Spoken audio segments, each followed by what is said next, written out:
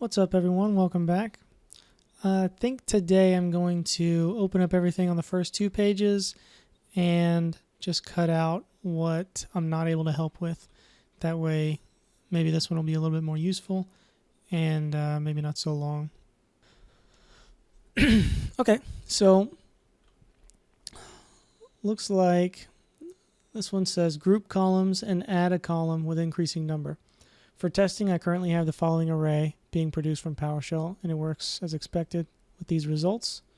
A bunch of columns with a bunch of items in there. What I want to do now is add another column and group by contract. So sequence number would start 10, 20, etc. for the first contract, and then 10, 20, etc. when it reaches the next contract. I've tried doing this with the following code, grouping on contract, and then for each, and he's trying to increase by 10 each time. And it gives us results. So when he groups on contract, it's only going to give him two results because there's two contracts to group on. So it's only going to do the first of each. That's why he's only getting two items. The first one in the first contract and the first one in the second contract. And it looks like no one's replied yet. So I'll see if I can help out with this. First thing I want to do is open the ISE and see if I can duplicate this data. Okay, so we have our data.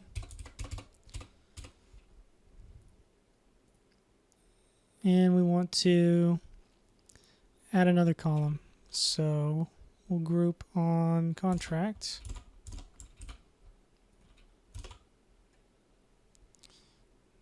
See if we can figure this out.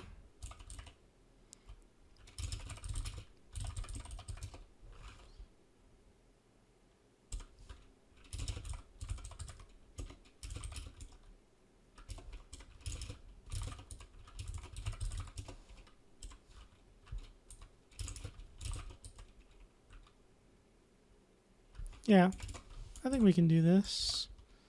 So we're grouping on contract, and then we need to pick the group, and then for each item in that group, do something.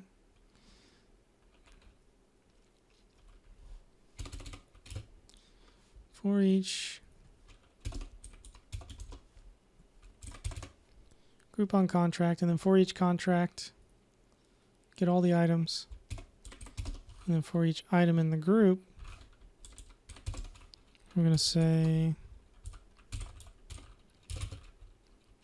so start at 10. We'll say this. Select all the properties in addition to sequence. That's going to be seq.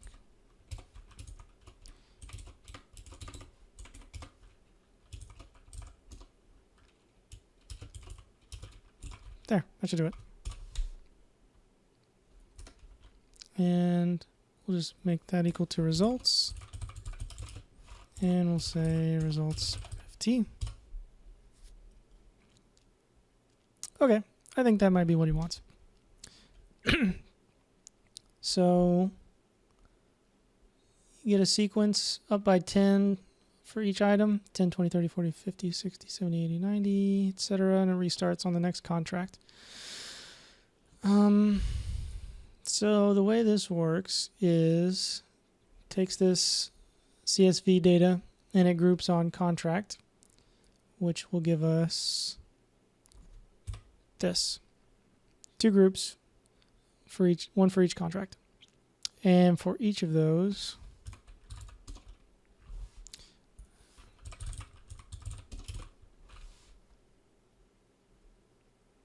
property.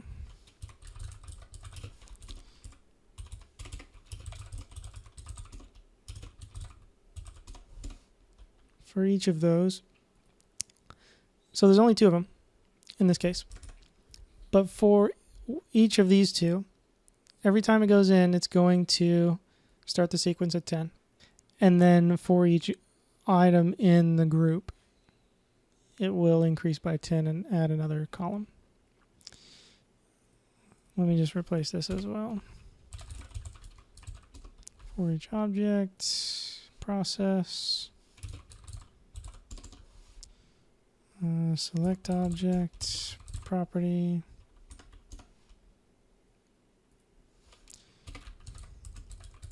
Format table. I think this is really all he needs.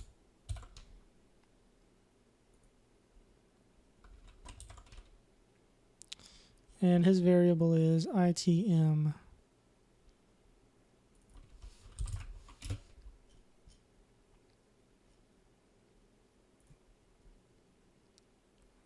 Item, group, property, contract for each process.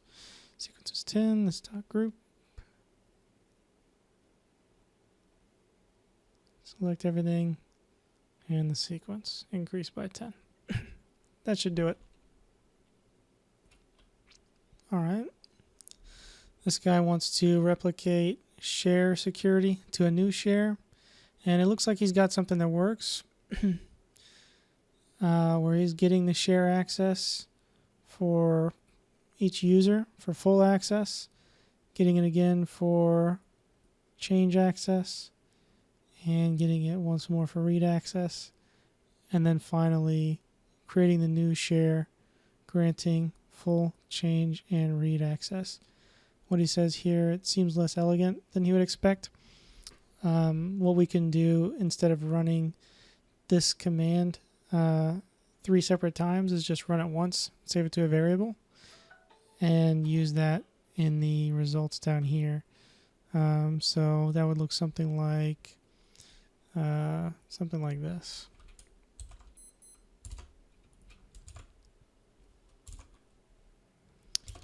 We'll do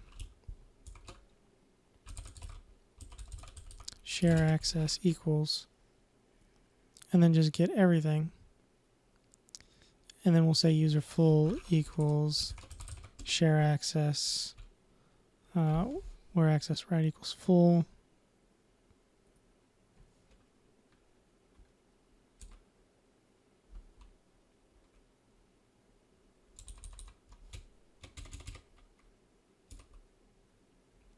And the same thing for the other ones. So it's not too different, but it is a way to save yourself from running the same command multiple times.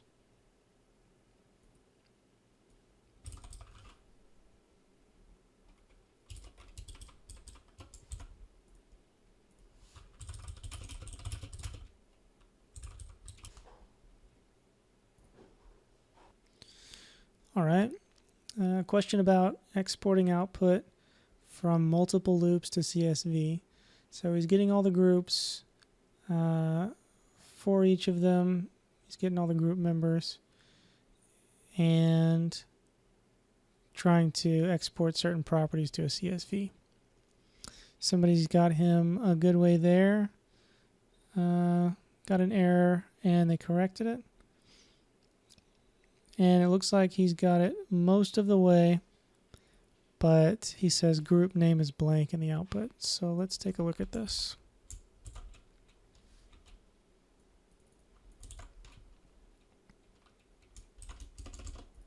Let me fix the spacing first.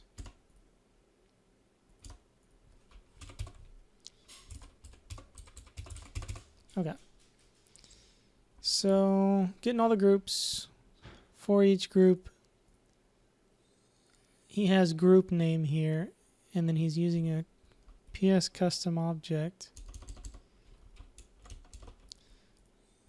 with a property called group name with group.name. And he says that this is blank here when he formats to a table. You don't want to format to a table if you're exporting to CSV afterwards, but if he's just viewing it in the terminal, this is fine. Also, since he's selecting, he's selecting these properties and then trying to format to a table with this. So right now, 2 things. If you're only selecting these properties, then you're not going to be able to select this in your format table. And also, when you're formatting to a table, if you want all these properties, you can use asterisk. So it would be, if this did work, it would be something like that. So you didn't have to retype everything out.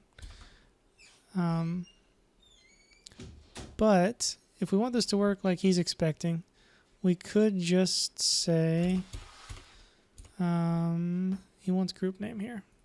So we'll need a custom property called group name. And we'll do group.name. And that's it. Don't need any of this. So I think this should do it. Get 80 group member for this identity. Pipe get 80 user for these properties. Select the group name and then these properties here. So that'll do it. And just for the heck of it, I'll go ahead and include this in the result. So we'll just set this to a variable results. And we'll throw it in here.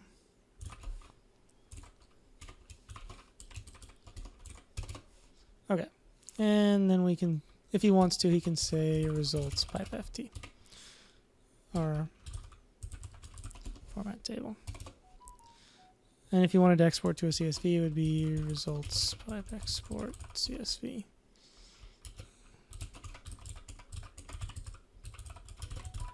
Something like that.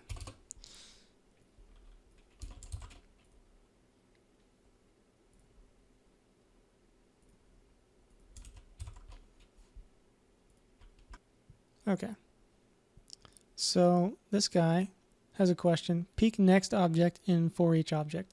Is there a way to peek at the next object on a pipeline to for each object without breaking processing of the current array? I'm trying to parse a file and adjust processing of the current line based on what sometimes but rarely comes next. So there's a couple good answers. This one here looks like it just takes the index of the current item, adds 1 to it, and takes a look at it. And I think that's the simplest way to get this to work if you're sticking to for each object. And it looks like it might make sense to get the next item this way, though he's got to take a look at possible duplicate objects. So this might work for him if he can figure out what sort of error checking he needs. And this one looks very interesting. Delaying the output by 1 stage. So basically, you're getting the next item as your current item, almost, and then outputting what the previous one was, which is pretty clever. And that looks like this would also work for him. He hasn't responded to this one, so I don't know if he's already got this one working. And, well, a generic queue list might have the peek method. I'm not sure about that. I haven't used that object, so that may be possible as well. So there's two things I was thinking. One of them is basically a for loop where you have the index of the array that you're looking at as you're going through it, and that would be easy enough. But that doesn't involve the for each object pipeline. And the other thing is, since he's talking about parsing a file, you can also use the .NET methods to read line, to read the next line. That doesn't include piping to for each object, but if he's just trying to parse a file, then maybe that would work for his situation as well. So first thing I'll do is see if I can get a for loop working, for loop example working for him. So we'll do for I equals 0, I less than array.count I plus plus.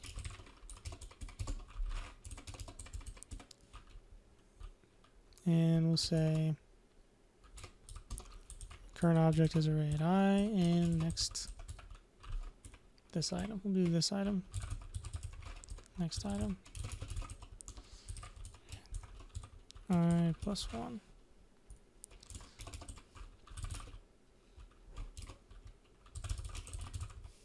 Okay, let me see if I can find my example. Okay, I have a function here, get lines. And this will just get all the lines. So this function is basically reading through each line. It's the same as get content, but it just gets each line.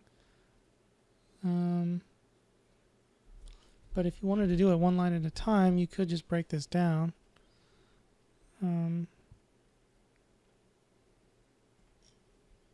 So let's try that. You would do open a text file.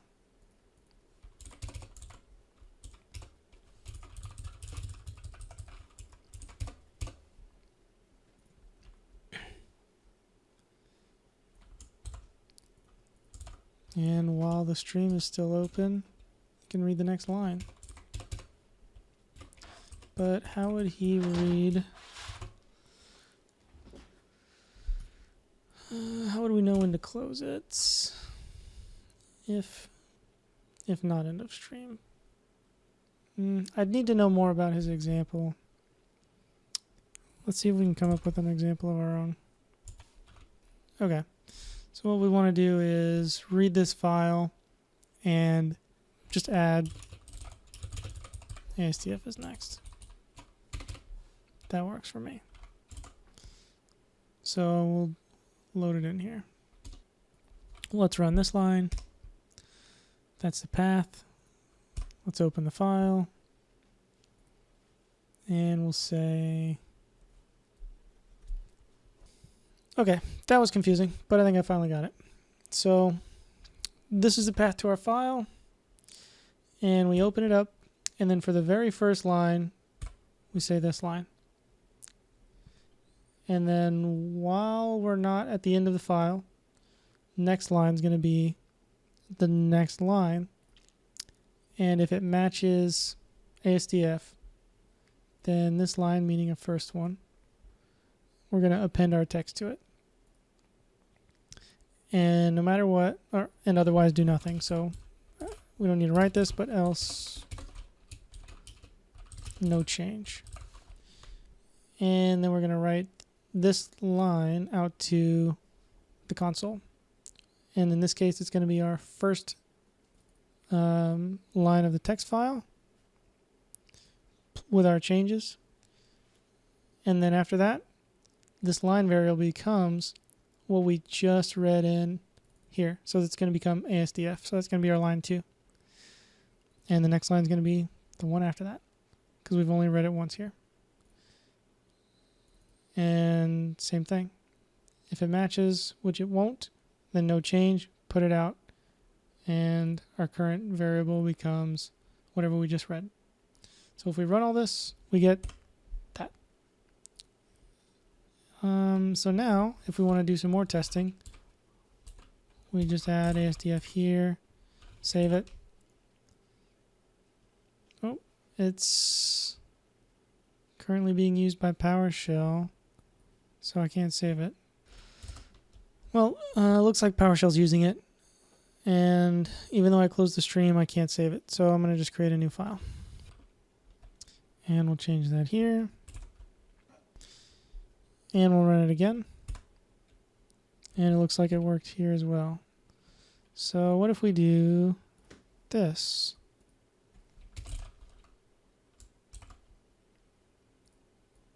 And then rerun it. That's what I expected. It worked just fine. So I'll send this over to him, and maybe this will work out for him.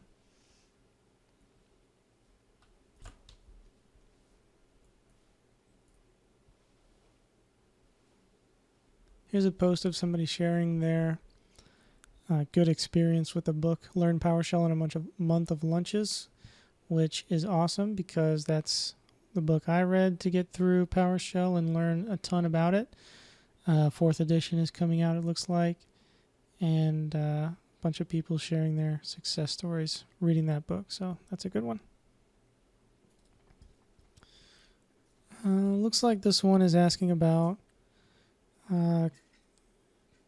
constructing arrays within arrays in an aesthetic way. The example he gives is with getLocation. It just shows a path. So it only shows one of the properties. But if you select all the properties, then it shows more than the original path. And he says that's fine.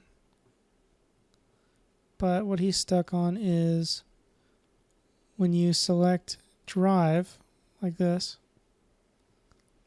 it doesn't just return C as a normal PS custom object. It expands and shows you the properties as though this is its own object. Normally, when you have a PS custom object here, it would show all the details of it, or it would just say the type name all spelled out, like system.object.string or something like that, instead of C drive. So it's like using one of the properties of this object as a preview instead of the type name. And that I'm not sure how to do. I was doing some research here, and the only things I could find were referencing his first part of his post, which is changing the default properties that are displayed. So this one shows that in this object it's got a bunch of properties, but whenever you display it, it only shows a few. But it sounds like he's already got that taken care of. This has to do with updating the type data or PS property set. And there is another article here, everything you want to know about PS custom object, that includes a section on custom object types, updating the default property set, updating type data, and things like that. But I didn't see anything on how to do exactly what he's explaining here, where instead of showing an object type, it actually shows a preview of one of the object properties here. So I'll see if I can post something on either Stack Overflow or ask around on Twitter to see if anybody knows about it. I got a message back on this one about the SMB share access, asking if there is a cleaner way to feed it into new SMB share command. Looking at his code here, it looks pretty clean already. It's just a single line. The only other option would be to splat it by doing a hash table, but it would get the same result, and it's more lines, but it would work. We can do SMB params equals this.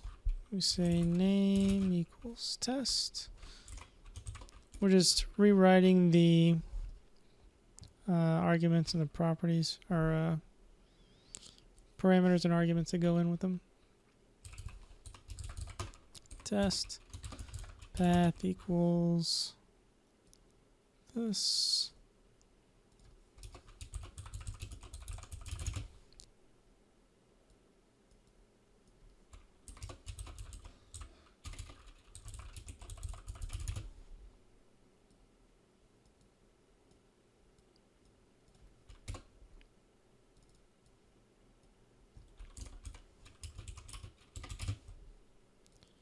And this goes here. And then you would just call it like this.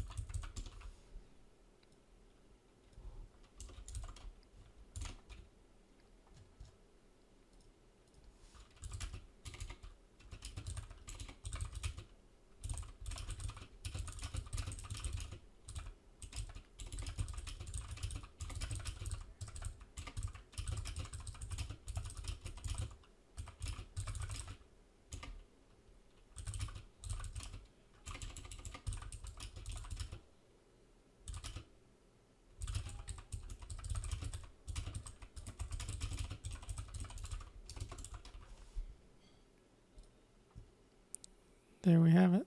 That should work. Well, that's it. It seemed like a lot of the posts already had answers, so I wasn't able to help out too much, but hopefully something was useful there. And let me know if you'd like to see any changes. Take care.